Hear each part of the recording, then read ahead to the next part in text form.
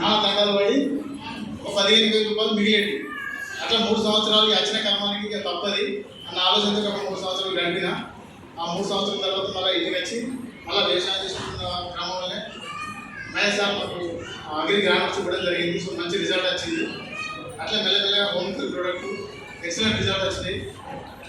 So sir చెప్పేది మీటింగ్కి రమ్మని. నేను మీటింగ్కి అంటే కొంచెం అవాయిడ్ చేసిన, కొంచెం బాగా అవాయిడ్ చేసిన. దాదాపు 5-6 నెలలు వేస్ట్ చేసిన. అంటే ఈ సబ్బులు పేస్ట్ గురించి మన ఏంది, ఈ వ్యవసాయం చేసుకున్న వాళ్ళకి మనకి సబ్బుల గురించి అవసరం, మనకి సబ్బులు పేస్ట్ అంత షీపు వేరే చెప్పాలంటే మనకి డిఫరెంట్గా చూస్తారు. ఇదంతా ఎందుకు మనకు అని 5-6 నెలలు అవాయిడ్ చేసిన. సార్ అప్పుడు మీటింగ్కి రమ్మన్నాడు. బాగా ఫోన్ చేసింది. ఎంత ఫోన్స్ అంటే ఒక ఆఫర్ ఇచ్చింది, మంచి ఆఫర్.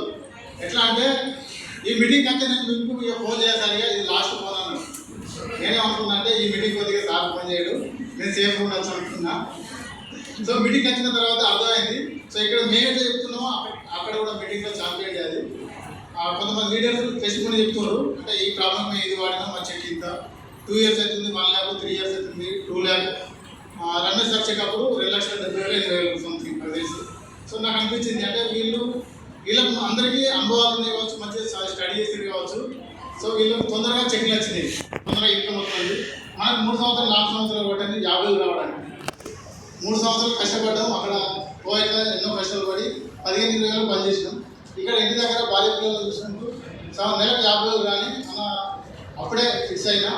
సో అలా చేసుకుంటూ 2 yearsలో స్టార్ కంప్లీట్ చేసుకున్నా. ఎవ్రీ మంత్ 50,000 ఇన్కమ్ తీసుకుంటున్నా. థ్యాంక్ యూ వేస్తే విషయం